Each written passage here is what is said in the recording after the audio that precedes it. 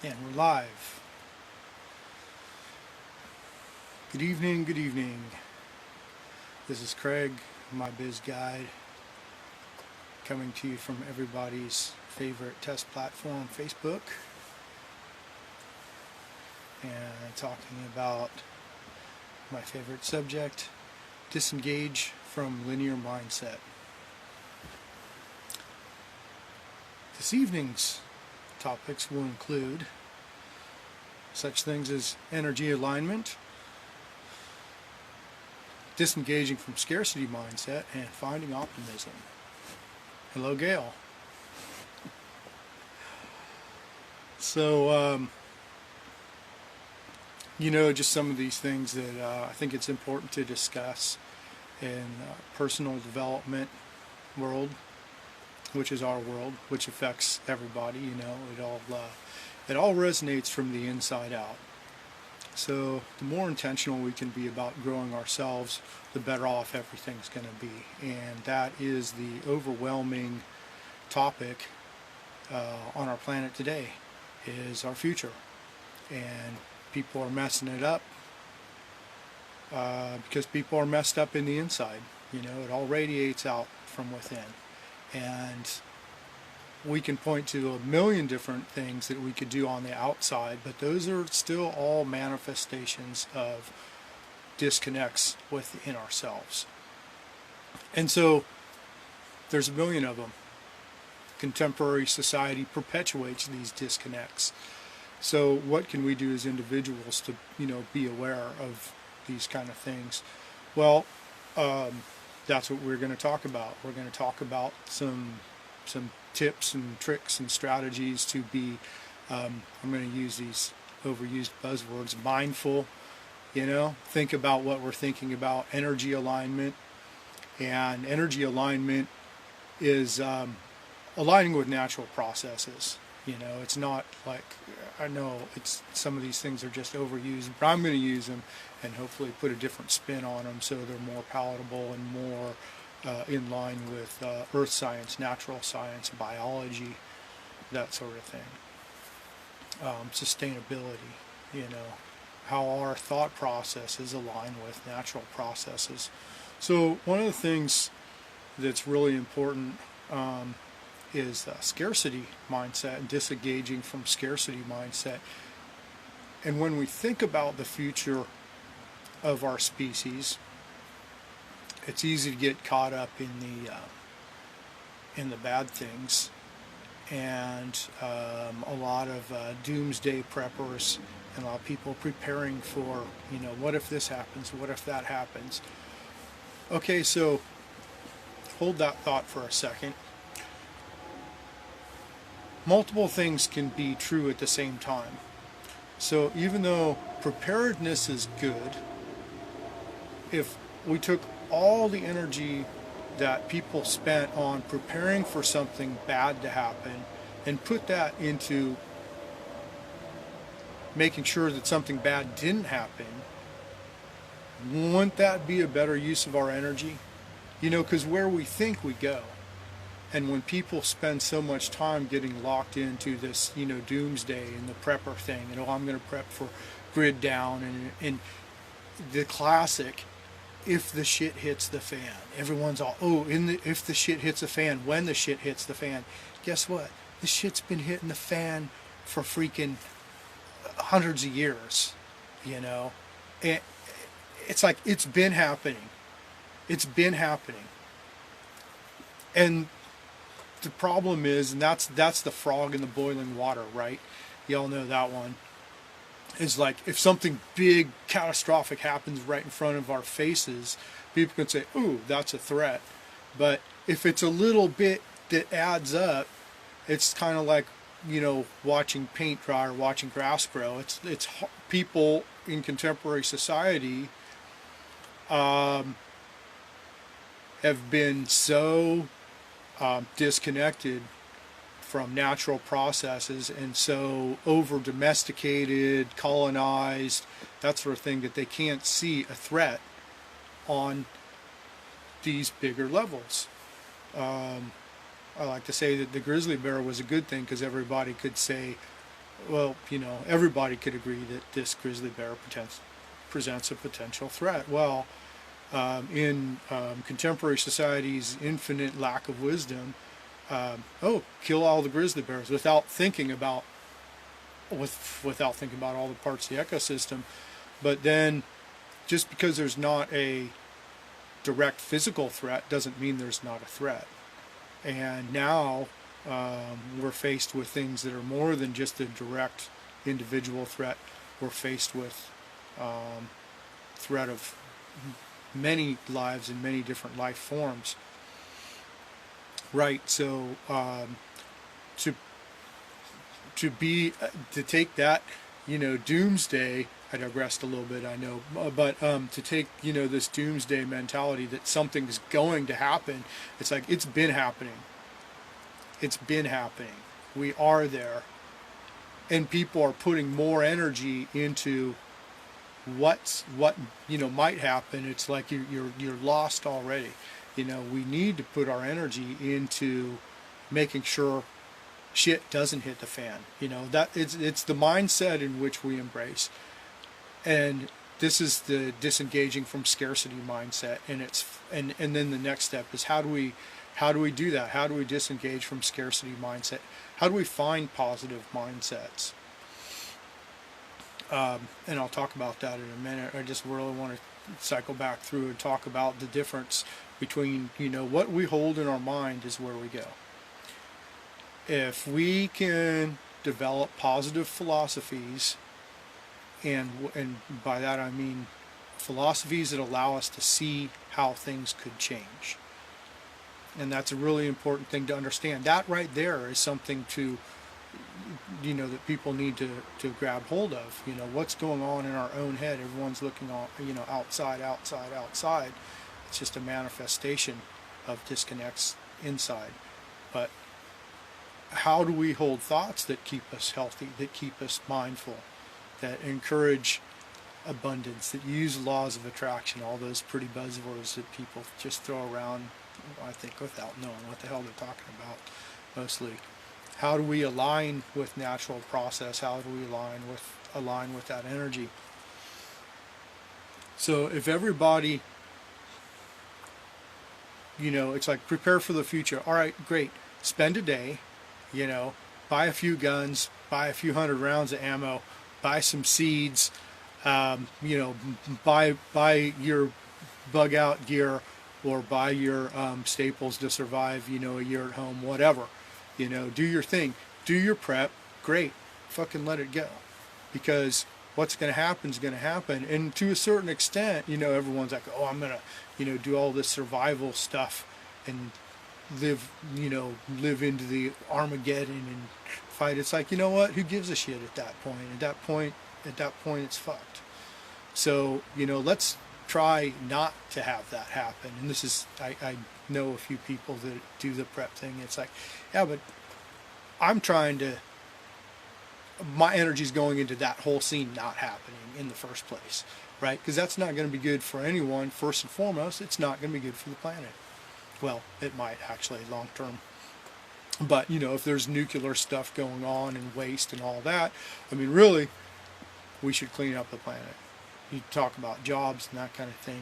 We're all here for the earth. We all need to put that planet first and foremost. And so if something goes bad with the people and then they just leave the planet, it's like, what? Whether our species lives or dies, from right now, let's do the best job we can to make amends to the planet, to clean up. It's like, how many jobs are there to start cleaning up? That's the thing. Let's head that way.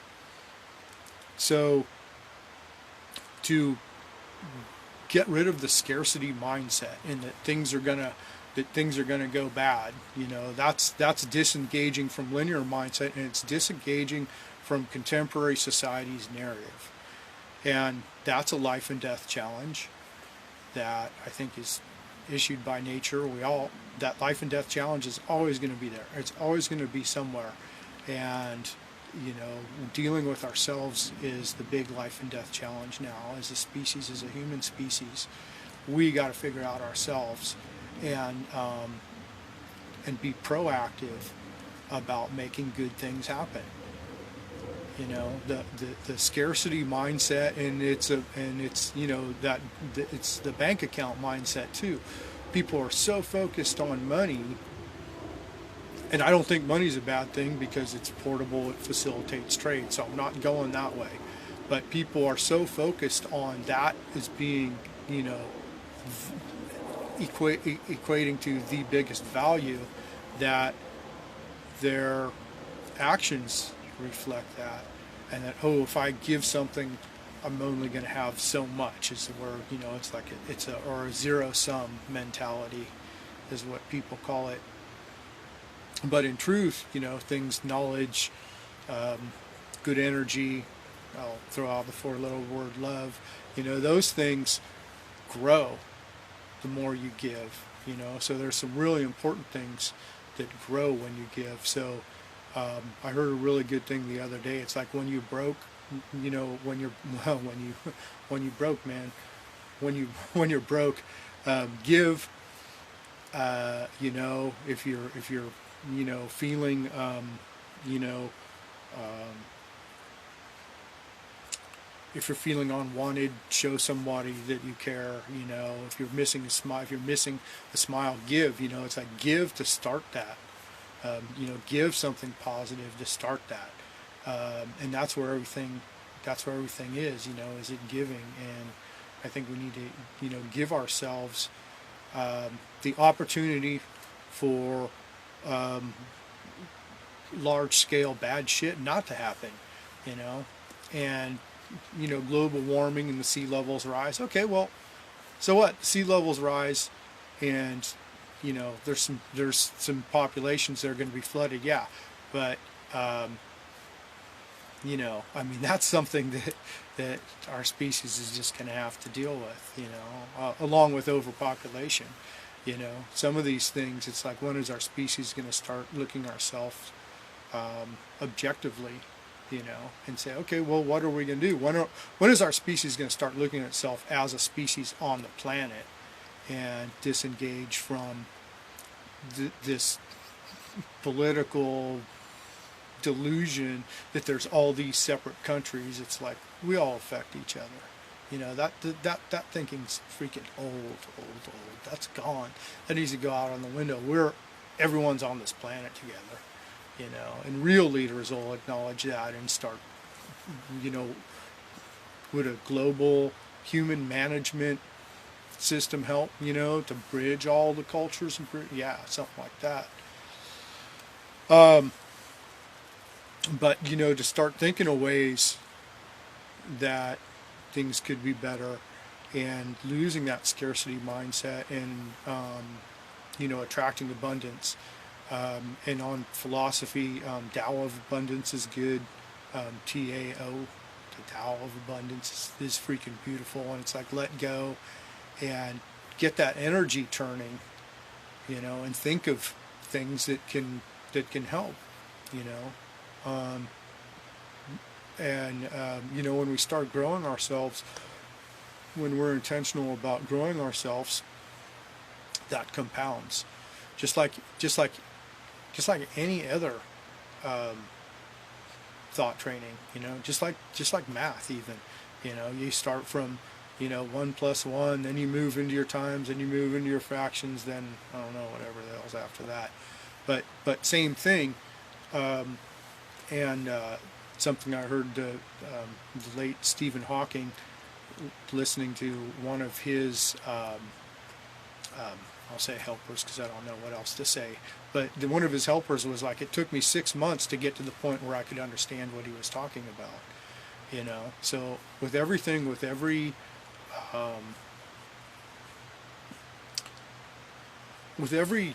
new challenge that we take on, there's gonna be a challenge. There's gonna be a learning curve, you know. So like right now, some people might understand what I'm talking about more than others, but you know, hopefully some things will resonate. But we need to challenge ourselves and go through that learning curve and say, yes, I want to be intentional about my thoughts. I want to be intentional about my energy. I want to be intentional about, you know, helping the future. And a lot of people in contemporary society get stuck, and a big thing that's really puts a lot of people out of the game is, how do I help the future? What can I do? And they're looking for outside things, but the biggest thing that they can do is look for inside things. The outside things are easy, those are exterior physical actions. Everyone can, yes, pick up garbage, recycle, whatever. There's a million of those things, but until our species as a whole hits the tipping point where we all have a certain amount of internal consciousness and do our self-evaluation and understand about energy and thought process and embracing the bigger picture, and that scarcity mindset again, people get back to not embracing the big picture. They're not embracing the earth. It gets funneled down to just me, and there's no just me, because we're all connected, right? I'm sure everyone on this channel knows that. I know my friends on Facebook, right? So if you want to grow, what do? Do you look at the smallest thing, or you look at the biggest thing, right? So to understand how logic works and how humans grow, we want to embrace the big picture, right? We want to set our goals as high as we can. We want to find, the biggest thing right now that we can all embrace is the planet, re-embrace, right? And then if we re-embrace, is everything I'm doing, there's the alignment part, is everything I'm doing in line with the betterment of the planet, with or without people, right? We don't need to worry about people, because if we do what's best for the planet, that's right? And so then that's putting our intention level up here. When our intention level is up here, we create that abundance, and that trickles down. When our intention level gets to the bare minimum, where I'm just fighting to survive, which contemporary society facilitates that scarcity mindset, which is, everyone knows, right? The contemporary society is just freaking backwards for the most part. So people need to do some of these intentional things, realize, even though I'm maybe struggling to survive financially and I'm just at a minimum wage job or whatever, put the big picture first. Put the planet first. Always hold that something bigger than ourselves in our mind. That bigger than ourselves is that planet. Align with that. So is everything I'm doing as in line with the betterment of the planet as I possibly can? And then that opens up the door for biggest things. It's like that, the open mind, the open mind. We want to be able to attract things. We want the universe to work. When we're open to bigger things happening, when we're open to the universe working with us, or manifestation, or divine intervention, or whatever. We don't need a word for some of that stuff. I don't need a word to that. All I know is that when you're aligned, cool things happen. And when you disengage from scarcity mindset, and when you have enough, to me it's cognitive understanding, when you can, of philosophy, when you have philosophies developed and you can hold those philosophies and nurture them, then you're aligned, and then your energy attracts, and cool things happen. Just amazing things happen, and we grow exponentially. And when we grow exponentially, we're, all our challenges are growth. Even like everyone, it's like the worst thing that happens to us is also the best thing that happens to us. So we grow exponentially, and then we become the ones that can say, oh yeah, hey, it needs to go this way, exponential growth. We need to get ourselves into exponential growth, and finding philosophies that help us create change. And that's, one of them is embracing the big picture, just keeping the planet as a whole, and whether you call it a meditate, I call it a meditation, but it's just holding this thought, holding this positive thought, holding this teaching, this lesson, whatever, and nurturing that within our heads to where it becomes us, or where we become it, to where I'm always big picture focused. And then there's, a million others, the Tao has some good teachings. A great teaching is, classic Socrates, to know, to truly be knowledgeable, first you must know that you know nothing. It's like, well, at first, it's like, wow, what does that mean? And then if you think about it, right, we got to think about these things and actually understand. It teaches humility, teaches us, not to be afraid of not knowing, to be okay with not knowing. And then, because there's so many natural laws of personal development, of human development, you can't really know something if you can't not know something, right? So if you're not comfortable not knowing, you're not really going to be able to know. It's that balance. It's like you have to be able to be wrong. You have to have that ability to see yourself in an unbiased view, and to see your thoughts in an unbiased view, and to look at your mental, physical, emotional, spiritual beings, and look at all those parts, look at they interact. And again, contemporary society doesn't align with that really well, like right now, because it's like, oh, there's so many things that need to be done, but that's still all physical manifestations. And really, I don't think that nature is going to let us carry on without us growing. We can do all the right things, on the outside, but if we're not growing on the inside, those are just all for naught. So yeah, developing philosophies that help us, that enable us to see change. If we take care of ourselves, we're going to be able to give more. That creates change. If we take care of ourselves, if we meditate on our teachings, if we engage ourselves in our teachings, that's going to allow us to grow exponentially. And then all that radiates out. And I have a whole bunch of those, but I'm going to try and keep to just this one topic because I want to talk about that. And the disengage from scarcity mindset. Don't follow, and that's a teaching. Disengage from linear mindset is a teaching. Don't get trapped into contemporary society. Contemporary societies backwards, but all societies have been sustainable for way longer than they haven't been, right? The Homo sapien, according to contemporary science, has been around for 200,000 years. Well, we've only the worst of it's only been physically manifested, unsustainable, maybe only in the last 500 years or 1,000 years or 2,000 years or 4,000 years, if you want to really stretch back into whatever. But that's a small point, that we've just. So if you look at that